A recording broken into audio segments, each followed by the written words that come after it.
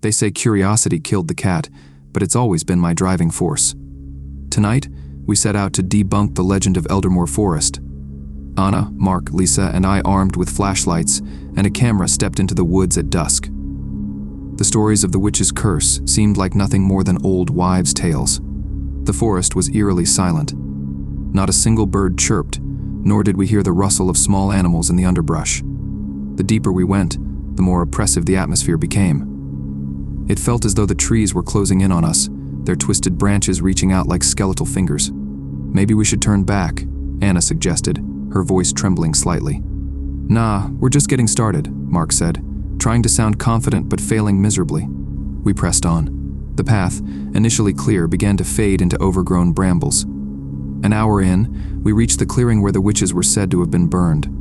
A cold wind blew, and for a moment I thought I heard distant, haunting chants.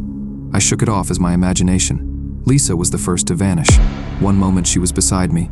The next, her scream pierced the night and she was gone. We searched frantically, calling her name, but the forest seemed to swallow our voices. Panic set in. We need to get out of here, Mark said, his bravado gone. We tried retracing our steps, but the path was different, twisted. Every direction led us back to the cursed clearing. Shadows darted at the edge of our vision. My flashlight flickered, casting eerie shapes on the trees. Anna disappeared next. 1 second she was holding my hand, the next, she was ripped away with a force that sent me sprawling. I caught a glimpse of her terrified face before she was dragged into the darkness. Mark and I were alone. We're not going to make it, Mark whispered, fear etched on his face. A cold dread settled over me. I tried to stay calm, but my mind was racing.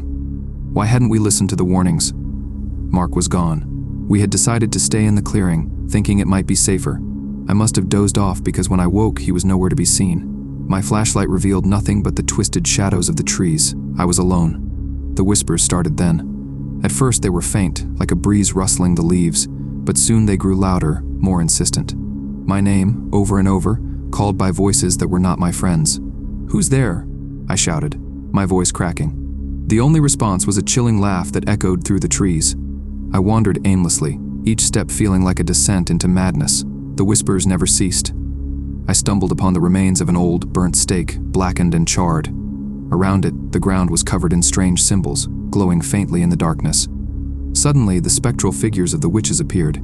Their eyes burned with a vengeance that chilled me to the bone. I couldn't move, couldn't scream. They floated closer, their ethereal forms shimmering in the dim light.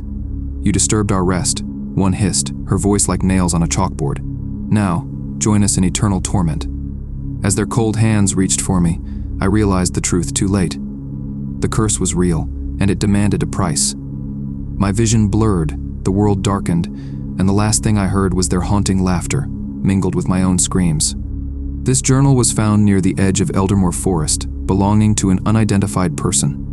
The fate of the author remains unknown, their disappearance adding another layer to the forest's chilling legend.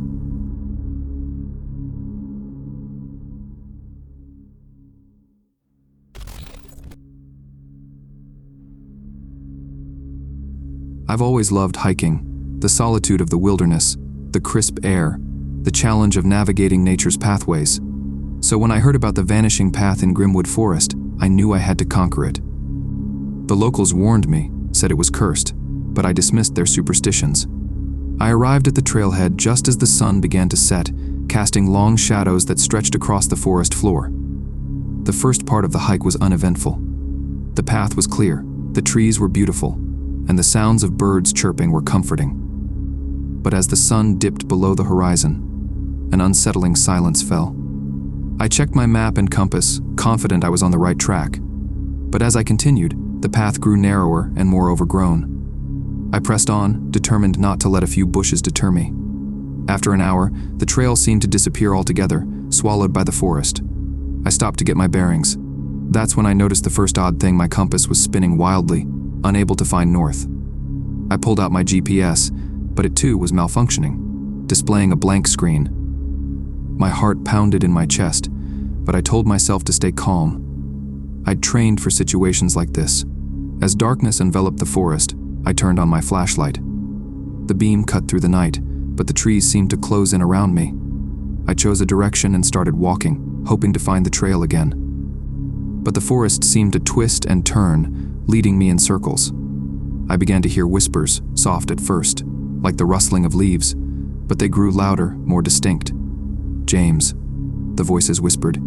Using my name, I swung my flashlight around, but there was no one there.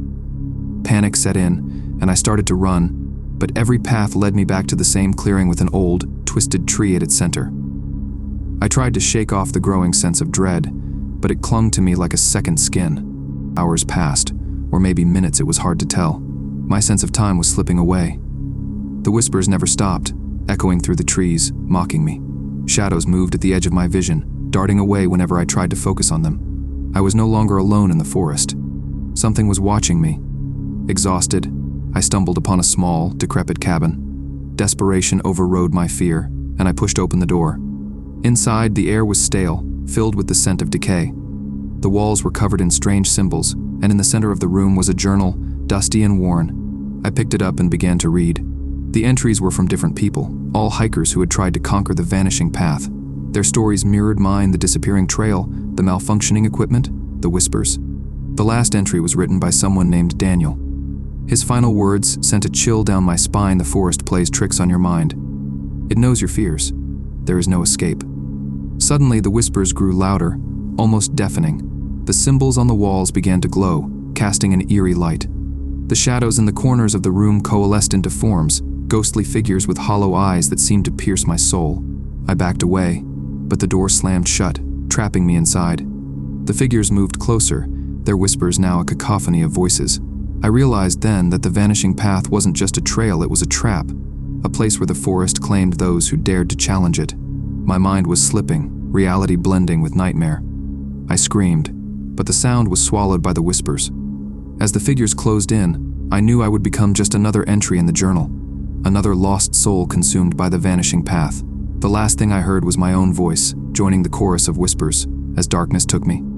James's journal was found near the edge of Grimwood Forest, alongside other similar journals.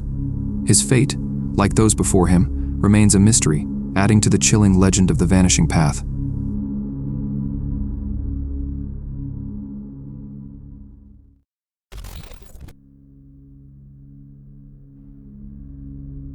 Thomas and I often found solace in the whispering woods. The forest had a serene beauty, a place where we could escape the world and lose ourselves in each other. It was in these woods that Thomas proposed to me, under an ancient oak tree that stood tall and proud, its branches like arms welcoming us into a new life together. The moment was perfect until the ground beneath us shifted, revealing a hidden grave. A chill ran down my spine, and the air grew cold. We quickly covered the grave and left, unease gnawing at the edges of our joy. That night, as we lay in bed, I started to hear whispers. At first, they were soft, almost like a breeze rustling through leaves, but they grew louder, more insistent, calling my name. "Thomas, do you hear that?" I whispered, clutching his arm. "Hear what?" he mumbled, half asleep. "The whispers," I said, my voice trembling. He listened for a moment and shook his head. "It's just your imagination, Amelia. Go back to sleep." But sleep didn't come easily. The whispers followed me into my dreams, haunting and persistent. The next day, I decided to investigate. I delved into the history of the Whispering Woods and found a tragic tale of Elena, a woman betrayed and murdered by her lover centuries ago. Her spirit, it was said, roamed the forest, seeking justice. The connection between the grave and Elena's story was too strong to ignore. I confronted Thomas with my findings, but he dismissed them as mere coincidences. "You're letting a ghost story get to you," he said, wrapping his arms around me. But the whispers continued, growing more desperate. One night, the whispers led me back to the ancient oak tree. In the moonlight, I saw her, a ghostly figure in white, her eyes filled with sorrow. "Elena," I whispered, my voice barely audible. She nodded, her gaze piercing into my soul. "He must pay," she said, her voice a mournful wail. "His bloodline must pay for the betrayal." My heart pounded as I realized the truth. Thomas was a descendant of Elena's lover. The curse had awakened because of us. I rushed back home, desperate to tell Thomas, but he wasn't there. Panic set in, and the whispers grew louder, more frantic. I found him at the ancient oak tree, standing before Elena's ghost. "Thomas," I shouted, but he didn't respond. Elena's spirit turned to me, her eyes filled with a mixture of rage and sadness. "He must pay," she repeated. "No," I cried, running towards them. Take me instead. Spare him." Elena's eyes softened for a moment, but then she shook her head. "The curse demands justice." Thomas finally seemed to hear me. He turned, his eyes wide with fear. "Amelia, what's happening?" "I'm sorry," I whispered, tears streaming down my face. "It's my fault. I brought this upon us." He stepped towards me, but Elena's spirit intervened, her form shimmering with a cold, ethereal light. "You cannot escape," she intoned. Desperation filled Thomas's eyes. "Elena, please," he begged. "Forgive us." In a heart-wrenching moment, Elena's ghost seemed to waver, but the curse was stronger.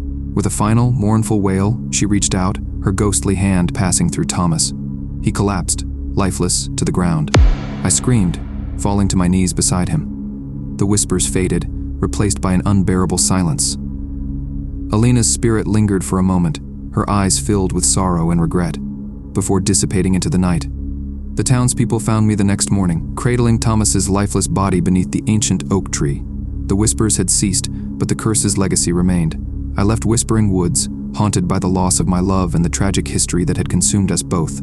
Elena's sorrowful eyes would forever be etched in my memory, a reminder of the price of uncovering the past.